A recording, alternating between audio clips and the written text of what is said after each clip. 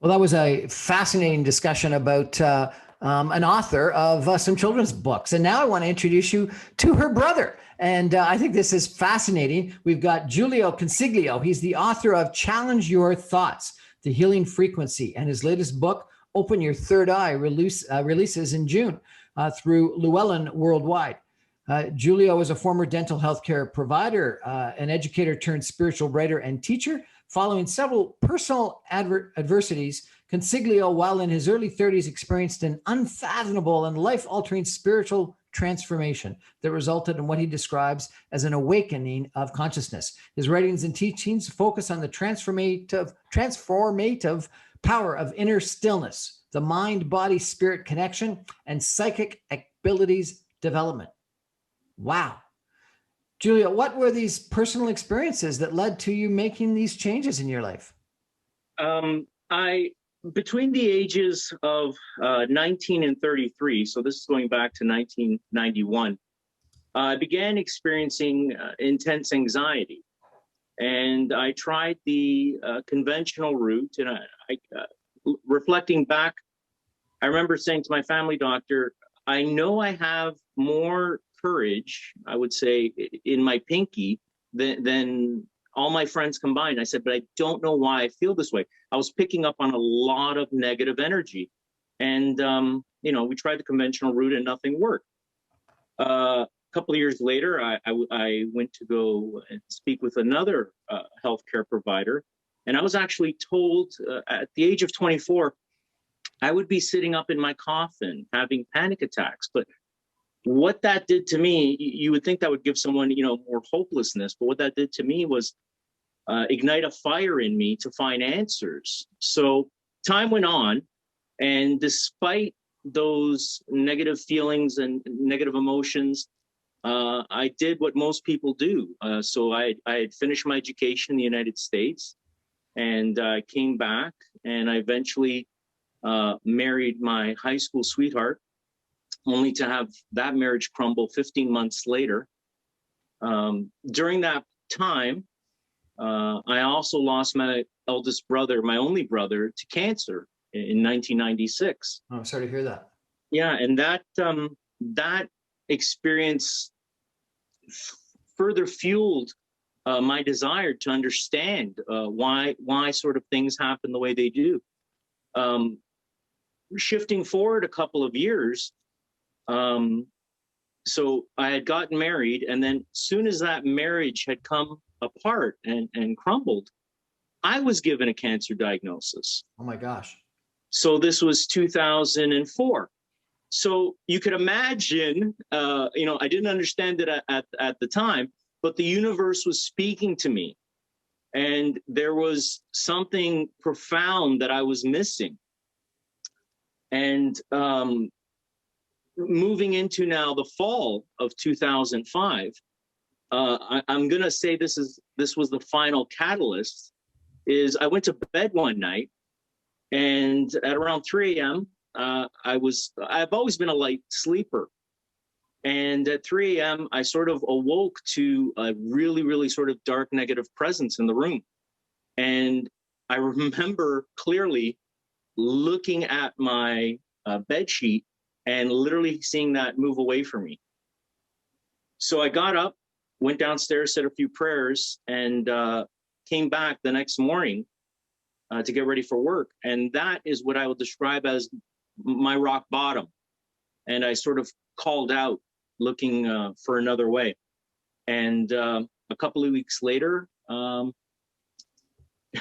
between patients canceling, I would do what I usually do, is jump in my car and just try to relax. And I experienced what one would describe as an inner shift or an awakening. What's an awakening? So essentially what had happened was, in that moment, I experienced what's called the activation of the brow chakra, or the third eye. And in that instant, when that activated, I immediately experienced what one would call clarity. So I transcended the thinking mind. And I want to say this: there's absolutely nothing wrong with the thinking mind. It it stores our memories. But for some of us that are incredibly sensitive, those energies can become overwhelming. And it was in that instant when I transcended and I tuned into what it's called inner stillness, the quietness, is when I realized my true self. I made that conscious reconnection. And so I woke up from the dreaming mind or the thinking mind and awoke to inner stillness, which for me has been a direct experience or one of inner peace. What was this dark presence that left you that night in your bed? When in describing it, I would say it was negative in nature. I can't say exactly what it was. I know that whatever it was felt to me incredibly dark. And I think I was just sort of caught off. I was more alarmed. I wouldn't even say so much afraid, but I was alarmed at what was happening when I noticed the sheet being pulled off me. So it didn't make sense to me. And having been through those other wake-up calls and those challenges and adversities, this was sort of like the final straw. So in essence, it was my final catalyst. That's essentially what I'll call it. Really incredible. Your current book, The Healing Frequency: Transform Your Life Through the Wisdom, Power, and Clarity of Inner Stillness. Is that what you're talking about right now? Exactly. So shortly after making that inner shift, I began experiencing automatic writing. So I was intending on selling that townhouse where that event happened. And I was staying at my sister's house out in Brampton, but I was having to drive back to Hamilton to work. And I would jump on the highway, and within days of this inner shift, I would automatically start writing. I'd have to pull over and start writing. And I was tuning into understanding that I hadn't been aware of before.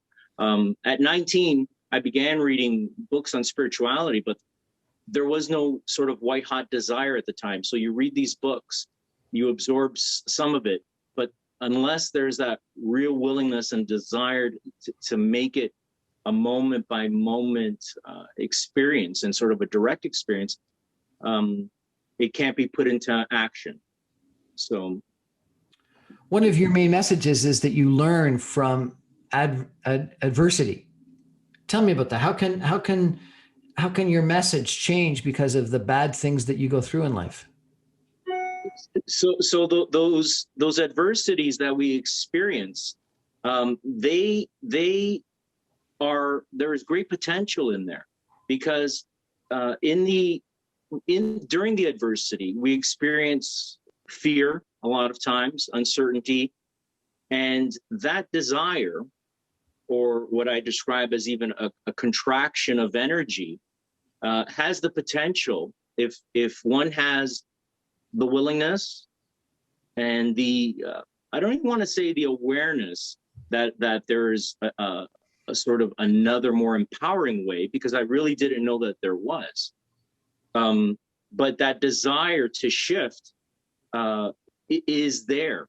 And what I'll say is, during that awakening process, what I ultimately did was I surrendered to myself, or I surrendered to life. So something greater than me had to sort of take the wheel, because what I was doing and what I had learned as being a human wasn't working anymore. What you learned about being a human wasn't working anymore. What do you mean by that? Explain that. So essentially, as human beings, and I go back to this often, is the conditioning that we experience coming into this world is one of reaction, and also one of sort of living between the past and the future. So we experience memories, we experience emotions, and for the most part, virtually every human being on the planet experiences past and future. So nothing wrong with that. But by the age of, by the time I was 32, I was feeling incredibly stuck. And I felt like I was just repeating my life experience. And it wasn't until I awakened to the eternal moment of now, or the present moment, that I was able to transcend what I would describe as my own personal suffering and free myself from attachment, and free myself from that heaviness and negativity that had accumulated so much. So for me, it was personal freedom. Why did that marriage collapse? The marriage collapsed because we were both incredibly unhappy, and not having the tools, as I think the statistic is something like 50% of marriages fail. And personally, I didn't have the tools. So if someone had asked me back then, I didn't truly understand what forgiveness was. I didn't truly understand, what it means to share one's life instead of expecting someone to give you their happiness, or putting your happiness in someone else's hands. So you can experience a relationship that's more conscious in nature when every person, or each person, is more responsible for their own happiness. So it takes a lot of weight off the other person's shoulders and allows for greater harmony to occur within that relationship. Are you still in touch with her? No, it's been over 10 years. It's been over 10 years since. What do you think she would think about your books and your current thinking? Would she think you're a better person or a different person, or what? If she read the books, she would probably get an idea that quite a shift has taken place within me. Again, it all depends on how much someone has grown. It's sort of like awareness. There's so many levels of awareness, and sometimes you could be trying to speak to someone or get a message across, but if the awareness is really off, it's sort of like being on a 75th floor trying to speak to someone on the 5th floor, or vice versa. There's not going to be that connection or understanding, which that's part of the contrast in this experience we call life. Not everyone is operating at the same frequency, and there's perfection in that, because everyone has a gift to offer, regardless of where they're at in terms of awareness or lack thereof. So there's no judgment in that vibration, or in that approach through stillness. It's simply an appreciation of everything and everyone. You've got a new book coming out in June. Open your third eye, activate your 6th chakra, and develop your psychic abilities. What's this one all about? So I had this title sitting in the back burner, like I have other ones, for a couple of years. But the last 4 or 5 years, I've been experiencing so many psychic events and intuitive events, and I've experienced mystical experiences, especially near when my brother was passing. I couldn't keep this tucked away anymore. I felt like I had to write the book, and the book basically wrote itself through me. So what the book is essentially enlightenment, or higher awareness meets psychic abilities, because the truth is, if you're seeking to develop your psychic abilities, you're going to run into enlightenment. And if you're seeking enlightenment, you are naturally going to allow the spontaneous expression of those abilities. Fascinating. And where can we find your books? The books can be found through Chapters, through Amazon, the usual online retailers. This new one will be available in paperback as well in store. And do you have a website that people can track you on, or social media accounts? Absolutely. So my website is JiulioConsiglio.com, and I'm on Twitter, Jiulio Consiglio, same with Instagram and Facebook. Jiulio Consiglio, fascinating. Thanks for joining us and telling us about your books. We're going to take a break, and I'm going to ask Giulio to sort of summarize the two different people that we've talked to tonight, his sister and himself, and how you find your passion in life. Because it's kind of interesting that both of this brother and sister have really found different things that they want to be passionate about than they started out in the dental businesses, both of them. Stay with us.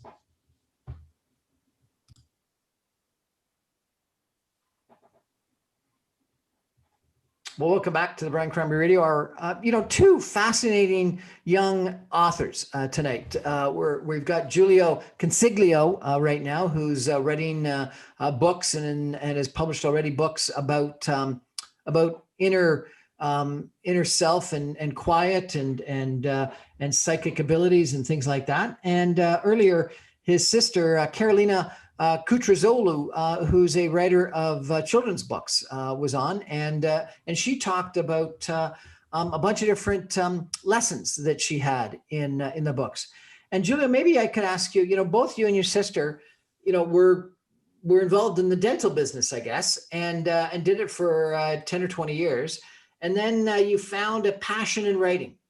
And both of you have messages. The messages are slightly different, but both of you have messages that you want to give to the world. Tell me about how you came to that realization. How do you find your passion in life? Because so many people are, 9 to 5 jobs, paying the mortgage, taking care of the kids, etc., which sounds like maybe that was you before you had this awakening. But how do you find this awakening?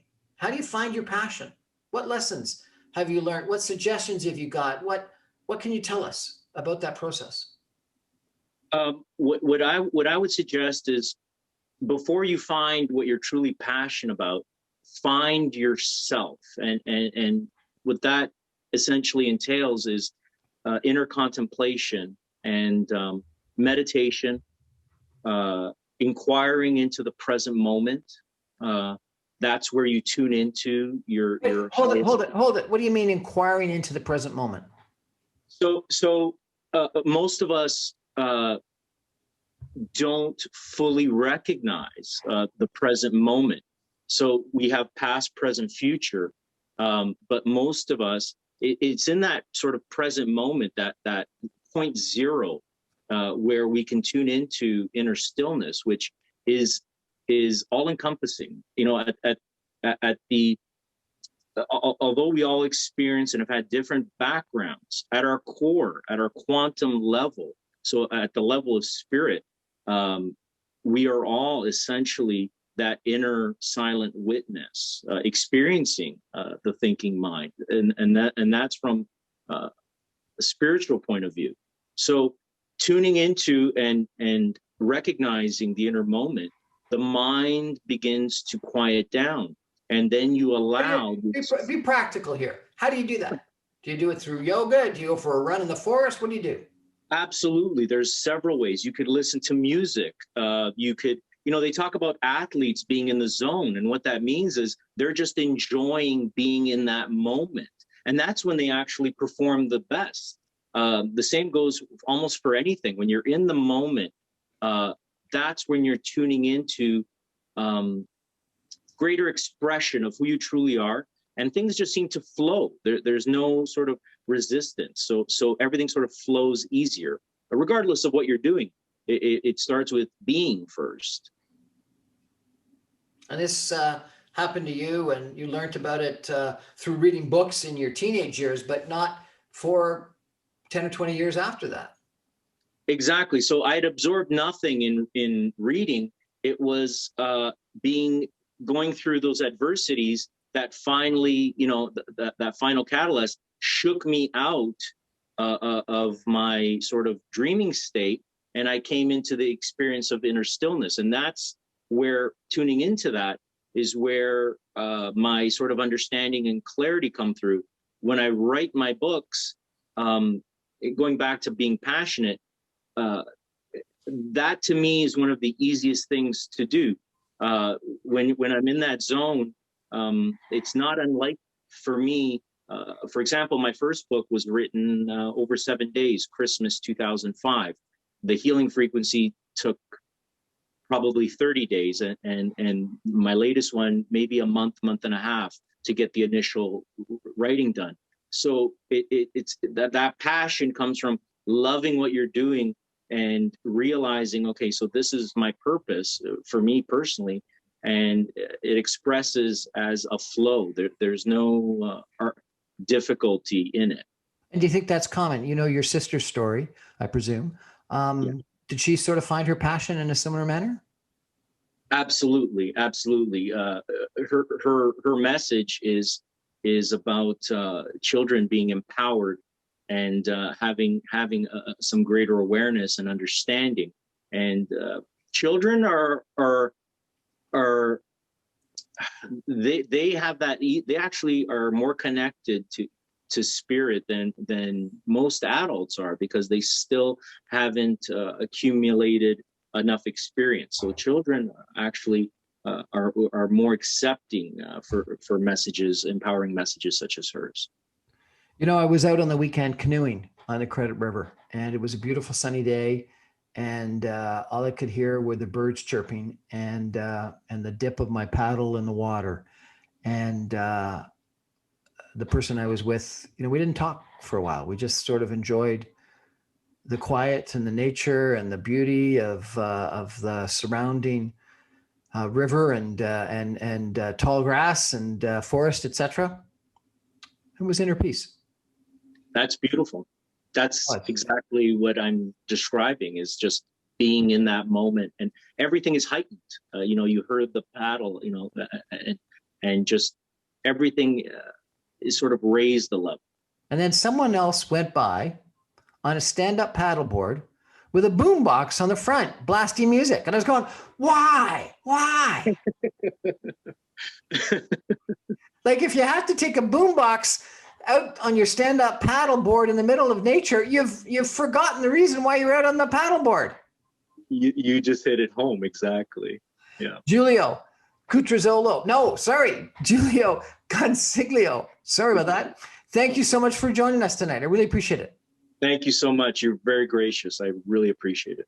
Well, we've had great stories from Jiulio Consiglio and Carolina Cutrazzolo about all of their books. Go check out some of these local authors. They've got a real message. And thank you for joining us. That's the Brian Crombie Radio Hour. I come to you every Monday through Friday at 7 o'clock on 960 on your AM dial. You can stream me online at www.960am.ca. You can get my video casts on Facebook or YouTube on my website, briancrombie.com. And you get my podcasts on almost anywhere where podcasts are, on Apple Podcasts, on Audible, on